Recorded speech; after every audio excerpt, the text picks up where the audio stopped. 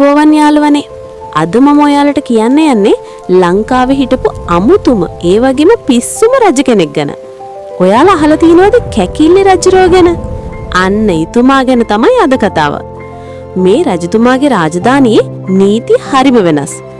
සාමාන්‍ය අපේ ලෝකේ නම් වැරද්දක් කළාම දඬුවම් ලැබෙන්නේ වැරද්ද කරපු කෙනාටනේ. හැබැයි කැකිල්ලේ නීතියට අනුව ඊට අනිත් පැත්ත. දඬුවම ලැබෙන්නේ දඬුවමට හරියන ශරීරයක් තියෙන කෙනාට. හරි, වැඩි කතා ඕනේ නැහැ. අද මම කියන්න යන්නේ කැකිල්ලේ රජුරුවන්ගේ ප්‍රසිද්ධම කතාවක්. ඒ තමයි හොරා සහ පිප්පියේ කතාව. කතාව පටන් ගන්නේ මහා ධාරානිපාත වැස්සක් වැහැපු කළුවර රැයකින්. ඔන්න එදා රෑ මුළු පළාතටම හොගාල වැස්ස. ගෙම්බෝ බකබක ගාන සද්ද ඇරෙන්න වෙන සද්දයක් නැහැ. මේ මහා රෑ එක මිනිස්සෙක් හිමින් ගෙදරක තාප්පයක් අයිනින් රිංගල එනවා. මේක සාමාන්‍ය මිනිස්සෙක් නෙවෙයි, දරුණු ගණේ හොරෙක්. මිනිහාවේ ඒ ගෙදරට පැනලා රත්තරන් බඩු ටික උස්සන් යන්න. දැන් මේ හොරා මොකද කළේ?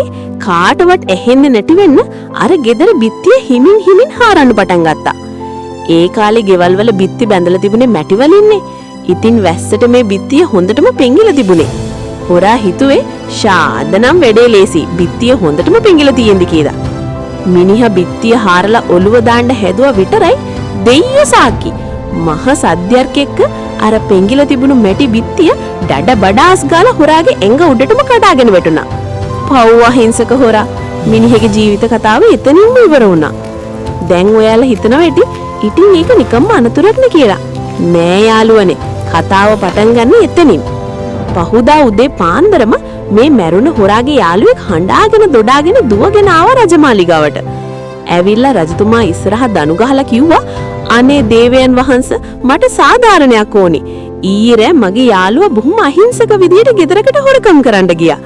මිනිහා බිත්තිය හාරද්දි ඒක කඩා වැටිලා යම් මලා. මේකට වග කියන්න ඕනේ ඒ ගෙදර අයිතිකාරයා. එයා බිත්තිය හයියට හැදුවනම් මගේ යාළුවා අදට ජීවත් වෙනවා. බලන්නේ තර්කේ. සාමාන්‍ය රජෙක් නම් ඌ එලවලා දානවා. ඒත් අපේ කැකිල්ලේ රජුරෝ රැවුල අතගාලා කල්පනා කළා. මූ කියන කතාවෙත් ඇත්තක් තියෙනවා නේද? බිත්තියක් වුණාම හයියට තියෙන්න එපාය. බිත්තිය කඩා වැටුනේ නැත්තම් අරු මැරෙන්නේ නෑනේ. හරි, ගෙන්නපියවුවාම ගෙදර අයිතිකාරයව. ඔන්න රාජපුරුෂයෝ ගිහින් අර බිත්තිය කඩන් වැටුණු ගෙදර අයිතිකාරයව ඇදගෙන ආවා. මිනිහා හොඳටම බය වෙලා රජතුමා අල්වා බොල තෝ බිත්තිය හයියට හැදුවේ නැති නිසා අර අහිංසක හොරා මැරුණා. තෝ මම එල්ලනවා කියලා. ගෙදර අයිතිකාරයා වෙවුල්ල කිව්වා, අනේ රජතුමනි, මම නෙවෙයි බිත්තිය හැදුවේ. බිත්තිය බැන්දේ මේසන් බාස්. මිනිහා හරියට බැන්ද නැති නිසා තමයි මේක වුනේ. රජතුමා කිව්වා, එහෙනම් මේසන් බාස්ව ගෙන්නපියෝ. ටිකකින් මේසන් බාස් කුදලගෙන ආවා. මේසන් බාස් ඇවිල්ලා තව කතාවක් කිව්වා. දේවයන් වහන්සේ, මම ගඩොල් තිබ්බේ හරියට. හැබැයි බදාම අනද්දි වතුර වැඩි වුණේ මගේ අත්උදව් කරුවතින්. ඌ වතුර බාඩියම හැල්ලුවා. ඒකයි බිත්තිය දිය උනේ. රජතුමා කිව්වා, එහෙනම් වතුර දාපිකාව ගෙන්නපියෝ. දැන් අත්උදව් කරුවව ගෙනාවා. මිනිහා ඇවිල්ලා කියනවා, දේවයන් වහන්සේ, මම ඕනෙකමින් වතුර වැඩි කළේ නෑ. මම වැඩ කර ඉද්දි පාරේ හරිම ලස්සන ගෑනු ළමයි ගියා. එයා ඇඳලා හිටපු රැද්දයි එයාගේ ලස්සනයි දැකලා මගේ සිහිය විකල වුණා. මම එයා දිහා බලන් ඉද්දි තමයි අතින් වතුර වැඩිපුර හැලුනේ. වැරද්ද මගේ නෙවෙයි, අර කෙල්ලෙගේ. රජතුමාට ඒකත් මීටර වුණා. ඔව් නේද? ලස්සන කෙල්ලෙක් දැකම ඕනම පිරිමියෙක්ට සිහිය නැති වෙනවා. ඒක සාධාරණයි. යකෝ ගිහින් අර කෙල්ලව හොයන් වරෙව්. ඔන්න අන්තිමට ඒ ගෑනු ළමයිවත් හොයන්ගෙන ආවා. එයා ඇවිල්ලා කිව්වා, රජතුමනි, මම නිකම් පාරේ ගියේ නෙවෙයි.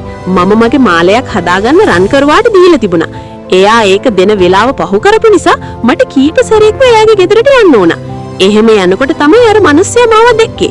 රන් කරුව වෙලාවට වැඩේ කළා නම් මේ මුකුත් වෙන්නේ නැහැ. දැන් රජතුමාට හොඳටම කේන්ති ගියා. දැන් තමයි නියම හොර අහුුනේ. මේ ඔක්කොම විනාශයට මුල අර රන් කරුවා. ගෙන්නපියවුවා. ඔන්න යාළුවනේ අන්තිමට අහිංසක රන් කරුවව ගෙනාවා. මිනිහා හරිම කෙට්ටුයි. හුලඟක් ආවත් ගහගෙන යන සයිස්. රජතුමා කිසිම කතාවක් නේ, කෙලින්ම නියෝග කළා. තෝගේ පරක්කුව නිසා අන්තිමට මිනිස්සෙක් මලා තෝව දැඟන එල්ලුම් ගස් යවනවා කියලා.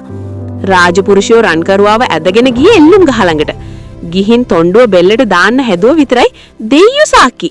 මේ රන්කරුව කොච්චර කැට්ටුද කියනවනම් එල්ලුම් ගහේ තොණ්ඩුව එයාගේ බෙල්ලට හිර වෙන්නේ නැහැ. බෙල්ලට වඩා තොණ්ඩුව ලොකුයි. ඔළුව දාපු ගමන් ලිස්සල යනවා. වදකයා දුවගෙන ඇවිල්ලා රජතුමාට කිව්වා රජතුමනි වැඩේ යන්නේ නැහැ.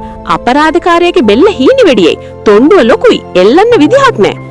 මෙන්න මේ වෙලාවේ තමයි කැකිල්ලේ රජතුමා එතුමාගේ ඓතිහාසික මොලේ කුරුවල් වෙන තීන්දුව දුන්නේ. රජතුමා කේන්තියෙන් කෑ ගැහුවා. මොකද තොණ්ඩුව ලොකුයි. යකෝ තොණ්ඩුව ලොකු නම් තොණ්ඩුව පොඩි කර කර ඉන්න වෙලාවක් නෑ. වහාම ඵලයව. ගිහින් මේ තොණ්ඩුව සයිස් එකට හරියන මහත බෙල්ලක් තියෙන වෙන ඕනම එකෙක්ව අල්ලන් වරෙව්.